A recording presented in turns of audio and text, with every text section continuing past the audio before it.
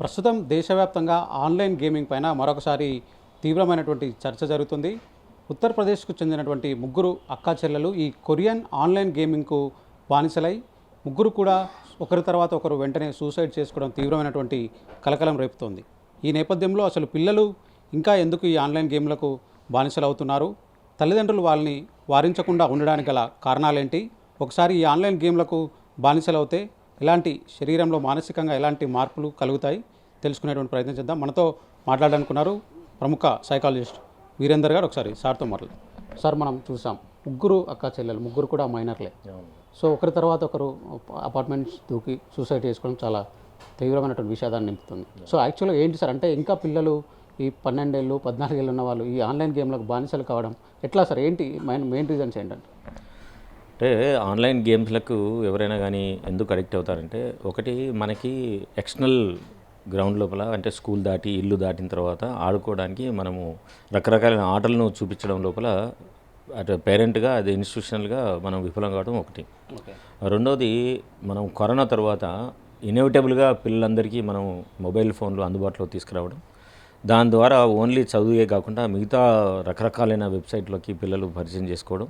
అది టీనేజ్లో ఉన్నప్పుడు ఎవరికైనా సరే ఆ క్యూరియాసిటీ ఉంటుంది, ఇంక్విజిటివ్నెస్ ఉంటుంది, తెలుసుకోవాలనే ఆతృత ఉంటుంది.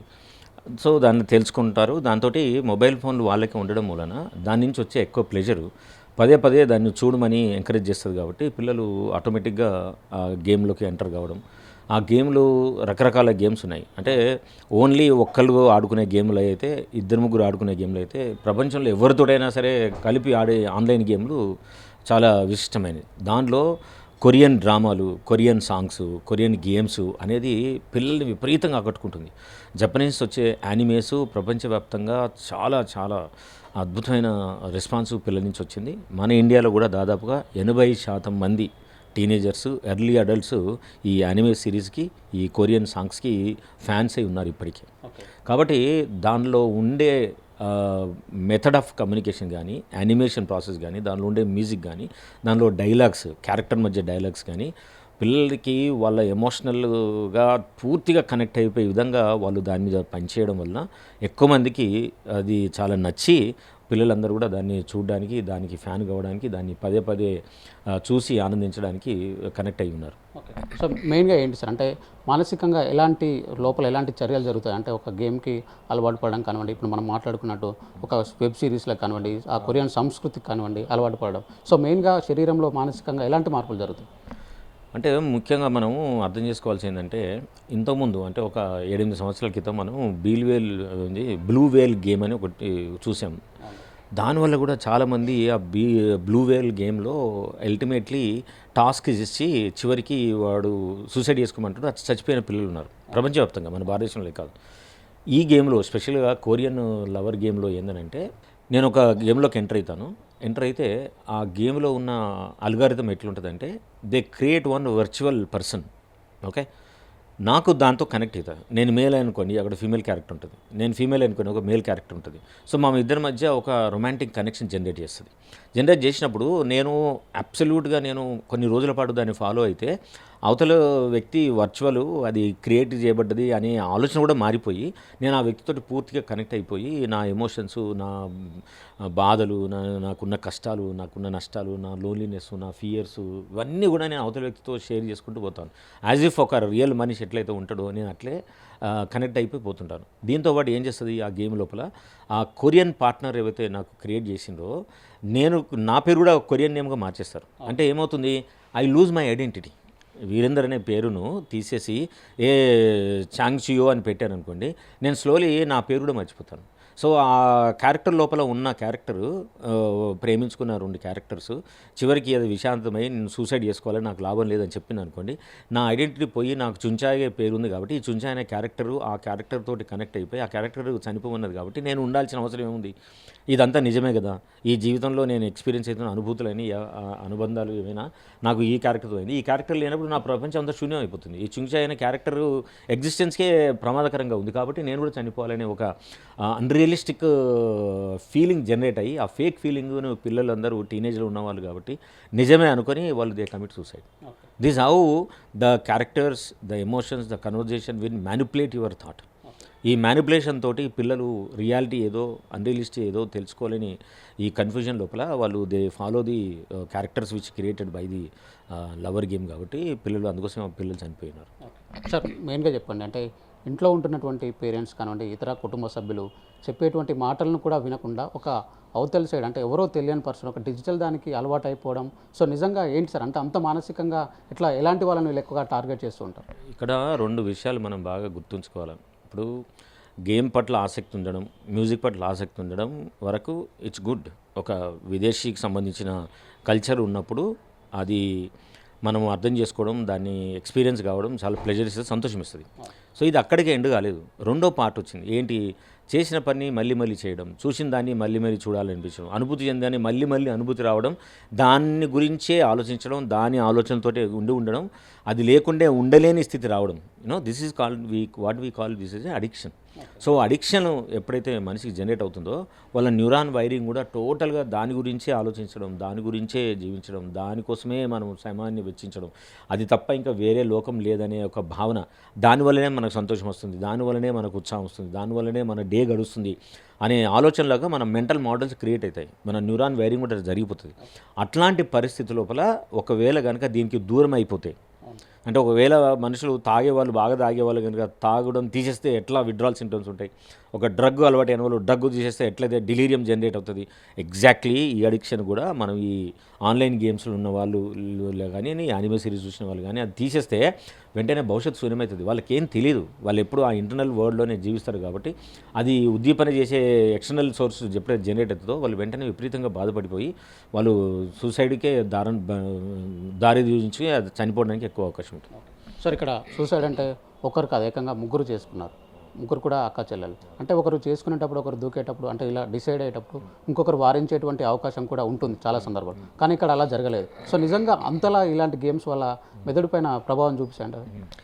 లేదండి, ఇప్పుడు ముగ్గురు ఒకే స్టేట్ ఆఫ్ మైండ్లో ఉన్నారు, ముగ్గురు కొరియన్ గేమ్కి అలవాటు పడి ఉన్నారు, ముగ్గురు కొరియన్లో ఉన్న కల్చర్ కానీ వాళ్ళ భాషా వేషాలు కానీ వాళ్ళు పాటించే సూత్రాలు కానీ వాళ్ళకున్న ఎమోషనల్ కనెక్టివిటీ కానీ నా లోన్లీనెస్ను తీసే విధంగా ఆ కనెక్షన్ ఉంది కాబట్టి ముగ్గురు కూడా ఒకే విధమైన ఆనందంతో ఉన్నారు వాళ్ళు. సో ఆనందం ఎప్పుడైతే దూరం అవుతుందో ఇంకా ప్రపంచంలో మనకేముంది, మన ఎక్స్టర్నల్ వరల్డ్ సరిగా లేదు మనకు, మన ఎక్స్టర్నల్ వరల్డ్ మనకు కావాల్సినంత సంతోషాన్ని కానీ సపోర్ట్ని కానీ ఒక భరోసాను కానీ ఇవ్వలేని స్థితిలో ఎక్స్టర్నల్ సపోర్ట్ ఉన్నప్పుడు నాకున్న ఆధారం ఇది ఒక్కటే అయినప్పుడు, ఆధారం లేనప్పుడు నేను అగాధంలో పడిపోతున్న భావనే వస్తుంది. కాబట్టి నేను అగాధంలో పడిపోతున్నాను కాబట్టి అగాధం నుంచి మనం పదే పదే బాధను తెచ్చుకోవడం కంటే మన తను చాలించడమే బెటర్ అనే ఆలోచన అదేమో వాళ్ళు ఆలోచించి వచ్చింది కాదు. ఎప్పుడైతే అడిక్షన్ రిడ్రా అవుతుందో బ్రెయిన్ విపరీతమైన సంఘర్షణ లోనైపోయి అది ఒత్తిడికై అది డిప్రెషన్ లోనిపోయి అది లేకుండా నువ్వు జీవించడం అనవసరం అనే భావన మన బ్రెయిన్ ఒక ఫేక్ ఫీలింగ్ క్రియేట్ చేస్తుంది. ఆ ఫేక్ ఫీలింగ్లో పిల్లలు సూసైడ్ చేసుకుంటారు. సో ఎప్పుడైతే వీళ్ళ తండ్రి వాళ్ళకున్నటువంటి వాళ్ళ కొరియన్ నేమ్స్తో ఉన్నటువంటి సోషల్ మీడియా అకౌంట్ ఏదైతే ఉందో వాళ్ళని డిలీట్ చేయడము, వాళ్ళ ఫోన్లను లాక్కోవడం, సో ఇదంతా జరిగిన తర్వాత వాళ్ళ ఇంటి గోడలపైన మేము ఒంటరిగా ఉంటున్నాము అని రాసుకున్నారంట. అంటే ఏంటి సార్ అంటే ఫోన్ లాక్కోవడం, ఈ గేమ్స్ బంద్ చేయడం ద్వారా అంటే వాళ్ళ కుటుంబం అక్కడే ఉంది, వాళ్ళ ముగ్గురు కలిసే ఉంటున్నారు, అయినా కూడా లోన్లీగా ఫీల్ కావడం అనేది, సో నిజంగా అట్లాంటి పరిస్థితులు ఉంటాయి సార్? అంటే ఇప్పుడు మనం ఈ సమస్య మనకు ఒక 2-3 ప్రశ్నలు నివలెత్తుతుంది. ఒకటి, కుటుంబం ఉన్నప్పటికీ కుటుంబంలో ఉన్న పిల్లలు కానీ పెద్దలు కానీ ఎందుకు ఒంటరిగా లోనవుతున్నారు, ఇది ఫస్ట్ మనం వేసుకోవాల్సిన ప్రశ్న. పిల్లలు పోతూ పోతూ మన మీద విసిరిన పెద్ద సవాల్ ఇది. మన మొత్తం భారతదేశ సమాజం, కుటుంబ సమాజం చాలా గొప్పగా అనుకుంటాం కదా, ఆ సమాజానికే విసిరిన పెద్ద సవాల్ ఏంటంటే మరి నిజంగానే కుటుంబము పిల్లలకి ఎందుకు ఒంటరితనాన్ని తెస్తుంది. సో మనం ఇక్కడ అర్థం చేసుకోవాల్సిందంటే ఏ వ్యక్తి అయినా సరే డిప్రెషన్కి లోనవుతే 3 రకాలైన ఇష్యూస్ వల్ల కంట్రిబ్యూషన్ అవుతుంది. ఏంటి అంటే బిఎస్పి అంటాం, అంటే బయాలజికల్, సోషలాజికల్, సైకలాజికల్. సోషలాజికల్ అంటే ఏంటి అంటే ఎన్వైర్న్మెంట్ అంటే ఏంది, మన కుటుంబము, పిల్లలైతే స్కూలు, పెద్దవాళ్ళు అయితే ఆఫీసు, తర్వాత వాళ్ళ స్నేహితులు. అన్నిటికంటే ముఖ్యమైనది ఏంది, ఈ ఎన్వైర్న్మెంట్ లోపల రియలిస్టిక్ ఎన్వైర్మెంట్ కాకుండా వర్చువల్ ఎన్వైర్న్మెంట్ అనేది చాలా ప్రభావం చూపిస్తుంది మనకు. సో ఈ 3 సిస్టమ్ నుంచి నేనేం కన్జ్యూమ్ చేస్తున్నాను, దాని నుంచి నేనేం కోరుకుంటున్నాను, నాకేమొస్తుంది, ఇది మేజర్గా ఛాలెంజ్ చేసేది. సో దీన్ని బట్టే నా సైకలాజికల్ థాట్ నాకు జనరేట్ అవుతుంది, నా బిహేవియర్ జనరేట్ అవుతుంది, నేను ఏ విలువల్ని నేను పాటిస్తున్నాను, నా ప్రవర్తన ఏ రకంగా ఉంది, నేను దేన్ని నమ్మి నా జీవితాన్ని నడిపిస్తున్నాను అనేది నిర్ణయించబడుతుంది. ఎప్పుడైతే ఎన్వైర్న్మెంట్ నుంచి ఒక రాంగ్ మెసేజ్ వచ్చింది అనుకోండి, నేను ఐఎమ్ ఆల్రెడీ కరప్టెడ్, నా ఆలోచనలన్నీ కూడా వర్చువల్లోనే ఉంది, వర్చువల్గా ఏది చూపిస్తే అదే నమ్ముతున్నాను, వర్చువల్ ప్రపంచమే నా రియలిస్టిక్ ప్రపంచం నేను నమ్ముతున్నాను. ఆ వర్చువల్ ప్రపంచం ఎప్పుడైతే మిస్ అవుతుందో తల్లిదండ్రులు చేయాల్సింది ఏంది, యాక్చువల్గా వాళ్ళు కూడా తెలిసి ఉండదు, చాలామంది తల్లిదండ్రులకి ఎట్లా తెలుస్తుంది, నేను దానికి అవసరాన్ని తీసేస్తున్నా అంతే అనుకుంటారు. కానీ ఇన్ని రోజులు అలవాటైన తర్వాత ఆ ఆధారాన్ని తీసేస్తే పిల్లలు ఎట్లా బాధపడే అవకాశం ఉంది, ఇది ఎటువైపు దారితీసే అవకాశం ఉంది అని ఆలోచించే స్థితి లోపల డెఫినెట్గా పేరెంట్ ఉండరు.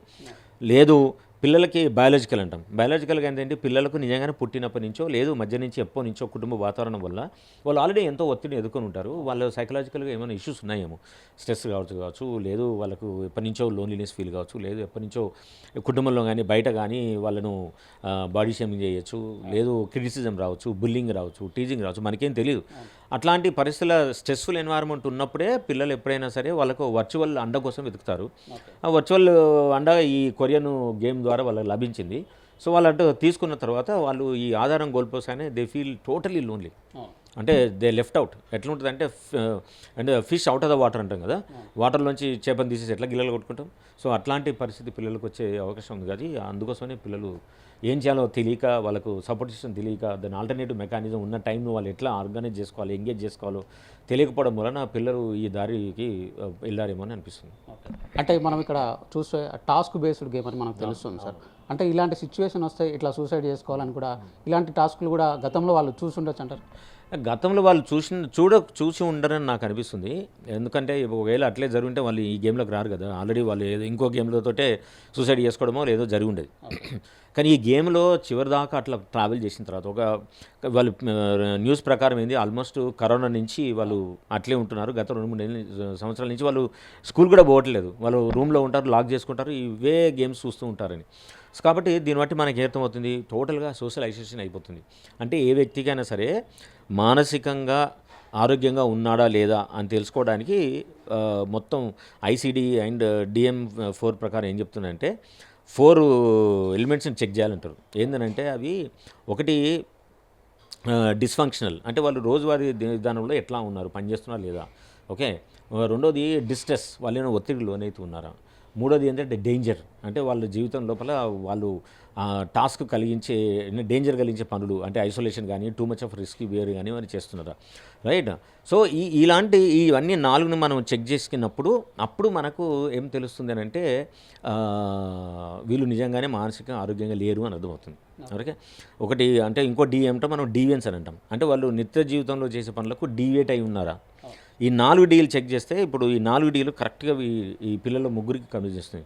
వాళ్ళు రెగ్యులర్ చేసే పనులు చేస్తలేరు, వాళ్ళు ఇంట్లో చేయాల్సిన ఏ పని కూడా సరిగ్గా చేయటం లేదు, ఆ ఏజ్లో పోవాల్సిన స్కూల్కి పోవటం లేదు, డిస్ట్రెస్ విపరీతమైన ఒత్తిడికి లోనై ఉన్నారు. ఎందుకంటే వాళ్ళు 2 సంవత్సరాల నుంచి స్కూల్ కూడా పోవటం లేదు కాబట్టి, తల్లిదండ్రుల మాటలు వినట్లేదు కాబట్టి. డేంజర్, అంటే వాళ్ళు సమాజానికి కుటుంబానికి పూర్తిగా దూరమే ఐసోలేట్ ఉన్నారు. కాబట్టి వాళ్ళ మానసిక అనారోగ్యం ఉందని మనం దీని ద్వారా మనం చెప్పొచ్చు. కాబట్టి మానసిక అనారోగ్యం ఎప్పుడైనా ఉన్నప్పుడు వాళ్ళకి కావాల్సింది ఏంది, మనము సపోర్ట్ సిస్టమ్ ఇవ్వాలి. వాళ్ళు నిజంగానే సైకాట్రిస్ట్ కానీ సైకాలజిస్ట్ గారిని తీసుకెళ్తే వాళ్ళు అప్పుడే అసెస్ చేసి వాళ్ళ మెంటల్ స్టేటస్ని అసెస్ చేసి వాళ్ళకు డిప్రెషన్ ఉన్నారు, లేదా యాంగ్జైటీ ఉన్నారు, లేదా లోన్లీనెస్ సఫర్ అవుతున్నారు అన్నప్పుడు థెరపీ ఇవ్వడమో లేకుంటే వీలైతే మెడిసిన్ ఇవ్వడం జరిగితే కనుక డెఫినెట్గా వాళ్ళను ఈ ఆలోచన నుంచి బయటకు తెచ్చేందుకు అవకాశం ఉండేది. ఓకే సార్, ఫైనల్గా చెప్పండి, అంటే ప్రస్తుతం ఉన్నటువంటి డిజిటల్ ఎరాలో ఈ ఆన్లైన్ గేమ్స్ కానివ్వండి, ఈ సోషల్ మీడియా కానివ్వండి, సో ఎంత కట్టడి చేయాలనుకున్నా ఏదో ఒక దగ్గర ఎక్స్పోజ్ అవ్వడం పిల్లలు అనేది జరుగుతుంది. సో ఎక్స్పోజ్ అది తప్పదు అని తెలిసినప్పుడు దాన్ని ఎట్లా కంట్రోల్ చేయాలి సార్, పిల్లల పైన పేరెంట్స్ బాధ్యత ఏముంటుంది? ఇది ఓన్లీ పేరెంట్ బాధ్యతతోటి కుదరదండి, it's not possible at all. మన దేశం మనం అన్ని రంగాల్లో పైకి వెళ్తున్నామని రాష్ట్రమును స్టేట్ తర్వాత సెంట్రల్ గవర్నమెంట్ చెప్తున్నట్టుకి is the most disturbing factor. ఇది చాలా ఇంపార్టెంట్ కన్సర్న్ చూపించాలి. కాబట్టి కేంద్ర ప్రభుత్వం కానీ రాష్ట్ర ప్రభుత్వం కానీ they should bring a policy. ఏంటి, మనం టీనేజ్లో ఉన్న పిల్లలకి మొబైల్ ఫోన్ యాక్సెసిబిలిటీ ఇవ్వకూడదు. ఒకవేళ చదువు రీత్యా ఇవ్వాలనుకున్నా కానీ వాళ్ళకి ఇచ్చే మొబైల్స్ స్పెషల్లీ మేడ్ మొబైల్స్ ఉండాలి. అది అకాడమిక్ కంటెంట్ తప్ప వేరే కంటెంట్ ఏది కూడా యాక్సెసిబుల్ లాని విధంగా మనం మొబైల్స్ తయారు చేయడం ఇస్ ద మోస్ట్ ఇంపార్టెంట్. ఇది చాలా చాలా కన్సర్న్ చేసి చూపించాల్సిన విషయం ఉంది. అది మన ప్రభుత్వాల ద్వారా మాత్రమే మనం చేయగలుగుతాం. మనం ఒకలో ఇద్దరో కుటుంబంలో ఉన్నవాళ్ళు లేకుంటే మాలాంటి సోషల్ కన్సర్న్ ఉన్నవాళ్ళు చేస్తే అది జరగని పని. కాబట్టి దీన్ని ప్రత్యేక చట్టాన్ని, వ్యవస్థని తీసుకురావాలి. మొబైల్స్ తీసుకురావడానికి కూడా మనం లైసెన్స్ బేస్డ్ మొబైల్ ఫోన్స్ కూడా ఇంట్రొడ్యూస్ చేయాలి. పిల్లలు కనుక వాడాలి, మనం పిల్లలకు పెట్టాలి అనుకుంటే కనుక పిల్లలకు సపరేట్గా తయారు చేసి మొబైల్ ఫోన్ చేసి దాన్ని లాకింగ్ సిస్టమ్ చేసి వేరే సైట్స్ ఏవి కూడా నువ్వు ఎన్ని రకాలుగా బగ్ చేసి, హ్యాక్ చేసి, ఏది చేసినా సరే వేరే సైట్లు అస్సలే రాని విధంగా మనం మొబైల్ ఫోను వాళ్ళు స్పెషల్గా డిజైన్ చేసి అకాడమిక్ మొబైల్ అని ఒకటి క్రియేట్ చేసి వాళ్ళకు ఓన్లీ అకాడమిక్ యాక్సెసిబిలిటీ మాత్రమే ఇవ్వగలిగే విధంగా తయారు చేయడం రెండోది. మూడోది, స్కూళ్ళల్లో తప్పకుండా ఈ మొబైల్ ఫోన్ యూటిలిటీ గురించి చెప్పాలి. ఇది ఎలాంటి విషమైన పదార్థము లేదు, విషయ పదార్థం రెండూ ఉంటాయి. నువ్వు బాగా వాడుకుంటే విషయం వస్తుంది, లేకుంటే అది విషయంలా మారుతుంది అనే ట్రైనింగ్ కనుక మనం ఏ 3rd, 4th క్లాస్ నుంచి మనం ట్రైన్ చేసుకున్నాం అనుకోండి, తప్పకుండా పిల్లలు దాన్ని డెఫినెట్గా అదే రకంగా ఉపయోగించుకొని వాళ్ళ జీవితాన్ని బెటర్ చేసుకోవడానికి అవసరం ఉంటుంది. సో అలాగే నేచురల్గా తల్లిదండ్రులు మనకి ఇక్కడ ఏం రోల్ మోడలింగ్ ఇస్తున్నారంటే, చాలామంది తల్లిదండ్రులు ఆఫీస్ నుంచి వచ్చిన తర్వాత లేదు లేనప్పుడు ఎక్కువసేపు వాళ్ళు మొబైల్లో ఉండడం, వాళ్ళు గేమ్స్ ఆడడం, వాళ్ళు రీల్స్ చూడడం, వాళ్ళు చాటింగ్ చేయడం, వాళ్ళు ఫోన్లు మాట్లాడడం, వాళ్ళు దానిలోనే సినిమా చూడడం చూసినప్పుడు పిల్లలు లేచి నుంచి పుట్టిన నుంచి వాళ్ళు అదే చూస్తున్నారు కదా. సో వాళ్ళకి అది నార్మల్గా అనిపిస్తుంది. ఏమో తప్పేముంది, అవును అందరూ చూస్తారు కదా, నేను కూడా అదే చూస్తున్నాను, మా ఫ్రెండ్ వాళ్ళ అమ్మ నాన్నలు ఏమంటలేరు, నువ్వెందుకు అంటున్నావు అని అంటారు. సో ఈ రోల్ మోడలింగ్ తీసేసి ఒక ఒక కంటింజెంట్ లాగా అందరూ ఫామ్ అయిపోయి దీనికి ఒక యూనిపోలార్ డెసిషన్ కనుక తీసుకోగలిగితే తప్పకుండా ఇట్లాంటి ప్రమాదాలు జరగకుండా ఉండడానికి మాత్రం చాలా ఛాన్స్ ఉన్నాయి. అంటే ఇది ఓవరాల్గా అంటే జరిగినటువంటి సంఘటనను విశ్లేషిస్తే ఖచ్చితంగా ఇక్కడ పిల్లలు మానసిక అనారోగ్యంతో బాధపడుతున్నారనేటువంటి విషయం చాలా ఖచ్చితంగా తెలుస్తుందని వీరేందర్ గారు అయితే చెప్తూ ఉన్నారు. ఇక అంతేకాకుండా ఇక్కడ చూసినట్లయితే పిల్లలు ఈ కొరియన్ డ్రామా అంటే కొరియన్ వెబ్ సిరీస్లకు కానివ్వండి, ఈ కొరియన్ ఆన్లైన్ గేమ్లకు కానివ్వండి, వీటన్నిటికి కూడా వాళ్ళు బానిసలు అవ్వడము, సడన్గా వాళ్ళ పేరెంట్స్ వాటిని మొత్తాన్ని కూడా ఆపివేయడంతో వాళ్ళు ఒంటరిగా ఫీల్ అయ్యారు. సో ఈ నేపథ్యంలోనే ఈ గేమ్ ద్వారా జరిగినటువంటి ఈ సూసైడ్ అని కూడా ఆయన అయితే చెప్తున్నారు. ఇలాంటి విషయాలన్నింటినీ కూడా కేవలం తల్లిదండ్రులే వీటన్నిటిని కూడా ఆపలేరు, ప్రభుత్వాలు కూడా ఖచ్చితమైనటువంటి పాలసీలు తీసుకురావాలి. సో అప్పుడే ఇలాంటి సంఘటనలు జరగకుండా కాపాడేటువంటి అవకాశం ఉంటుందని కూడా ఆయన అయితే చెప్తున్నారు. విడజన్స్ పనితో శ్రవణ్, ఏబిఎన్ ఆంధ్రజ్యోతి, హైదరాబాద్.